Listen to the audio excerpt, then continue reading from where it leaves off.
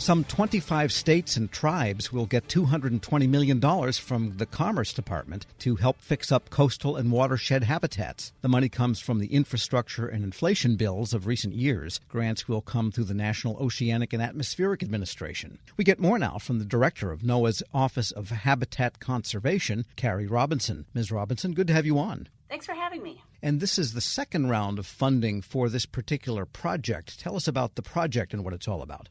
So right now, we have an incredible opportunity under the bipartisan infrastructure law to support our partners in coastal communities all across the country doing habitat restoration. So like you said, this is a part of a larger effort, this recent announcement. So far, we actually have 187 different habitat restoration projects totaling $940 million. So that's the whole that's tied to the announcement that we just made recently.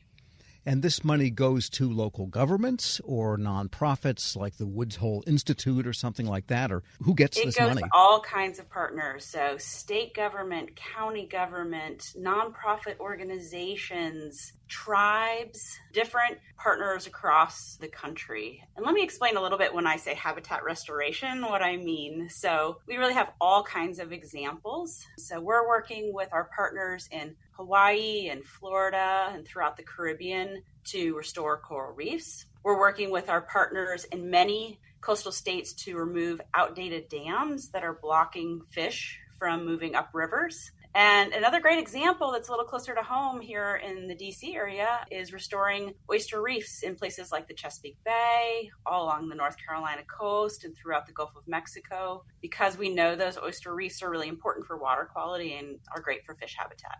And a lot of the coastal areas have been affected over the decades, maybe over the centuries, by pollution, runoff, whatever the effluent is based on the industry nearby. I think in the Chesapeake Bay, it's the chicken industry and chicken stuff rolls into the bay, basically. You know, different areas have different sources of pollution. Is this what you're getting at, is trying to pinch those off, the ones that haven't been cleaned up in recent years? Or what is the central challenge? Absolutely. There are so many different reasons we do habitat restoration, and there are a lot of different benefits from these projects. And the benefits look different in different parts of our country. So we know that healthy habitat is foundational for our nation's fisheries. We also know that healthy habitat is really important for doing things like recovering endangered species. But as you mentioned, we also know that these projects can help make our coastal communities and our coastal ecosystems more resilient to climate change. So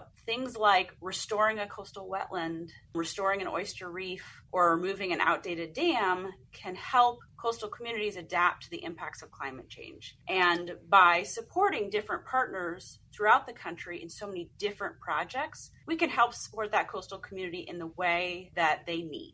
And I imagine this also benefits human use of the habitats and enjoyment of coastal areas. Yeah, a lot of these projects have a recreational aspect to them. So it might open up access so more people can enjoy a coastal area, a beach, a wetland, park. But we also, like I said before, we know that a healthy habitat leads to a more robust fishery. And we know a lot of people like to go out and go fishing, and more fish means better fishing. And by the way, you mentioned the removal of dams. Are there other types of infrastructure or human-created environmental items that also come into this, maybe nearby parking lots or factories that are abandoned? I mean, you drive around some areas of the country all over, and you see abandoned brick buildings, by coastal areas. Absolutely. So it might be infrastructure that was built in a community. It can be buildings, as you said, paved areas, and we're removing anything that is standing in the way of building a healthier habitat.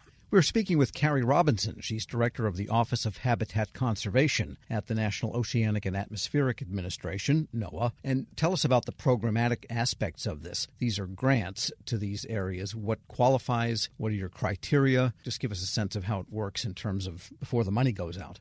Absolutely. So a point I always like to make is that this model of working with our partners is not new. So the bipartisan infrastructure resources is absolutely very new and exciting. This model of working with our partners is something that we've been doing for over 30 years. So it is through competitive funding opportunities, and that's when you reference the grants. So partners come and apply to our competitive funding opportunities. But it's also our technical assistance, and really that's our people who work with our partners to make sure this work gets done on the ground. So we have 4 different competitive funding opportunities that we've been doing under the bipartisan infrastructure law, and different funding opportunities are open to different communities. So for example, we have one funding opportunity that is just focused on tribes, and other funding opportunities that are very broad. Pretty much anybody can apply as long as you're not a federal entity.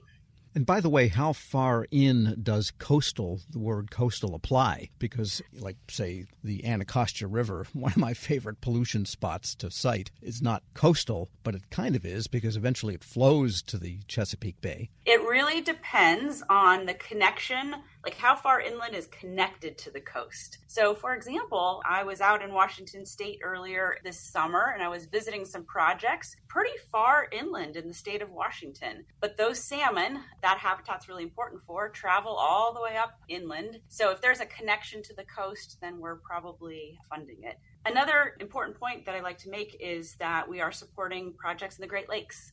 So sometimes people don't think about the Great Lakes being coastal, but they are. And so we're supporting some really exciting work up in the Great Lakes. Yeah, if you've ever seen a Great Lake, it sure feels coastal because it sure does. You can't see the other side. Well, has NOAA developed criteria or metrics over the years for what means restored, and what does that mean? So for different kinds of habitat restoration, we have different metrics. So for example, a coral reef restoration, you might be looking at not only how much coral you are restoring, but its resilience to warming waters. And so, because we want it to be successful in the long term. Oyster reef restoration in the Chesapeake Bay, different set of metrics.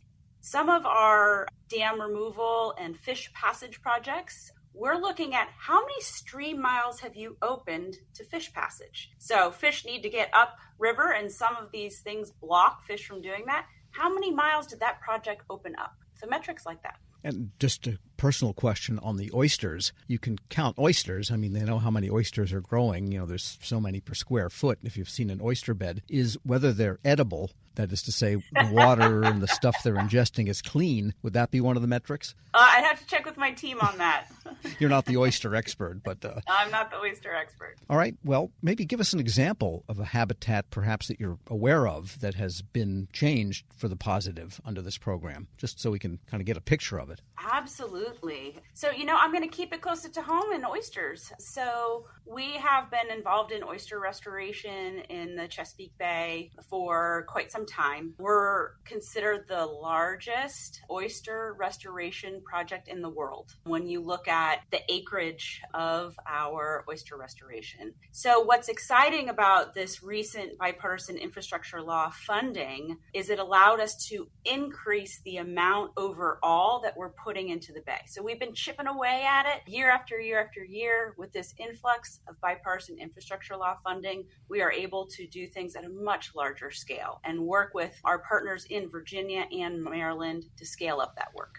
And do projects like that ever have any interplay with regulatory bodies? For example, for oyster restoration, to continue with that example, if all the oysters were scraped away every year, that probably wouldn't be what you have in mind for restoration. On the other hand, there is a commercial interest in oystering, and so you balance that in some manner. Is that correct? So zooming back out a little bit, all of our projects need to go through some sort of compliance. So we need to make sure that the benefits that we've looked at, all of the potential implications of a project, because sometimes a project, while mostly good, may have some impacts on the environment. So we need to look at the larger effort. With something like oysters, what we might look at too is placing oyster restoration and oyster sanctuaries. We would work with our partners in Maryland and Virginia to place it next to the harvestable areas. So there could be some spillover for those harvestable areas.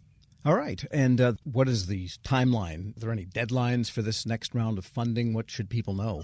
Well, right now, the projects that we have already awarded, the grants that we have already awarded, are on all different kinds of timelines. There are projects that are going to be done in a couple of years, and there are projects that are going to take 10, 15 years. But what folks should know is that we have a round 3 right around the corner. While this has been an unprecedented amount of funding out the door already, we have one more round of funding. So people who are interested still have an opportunity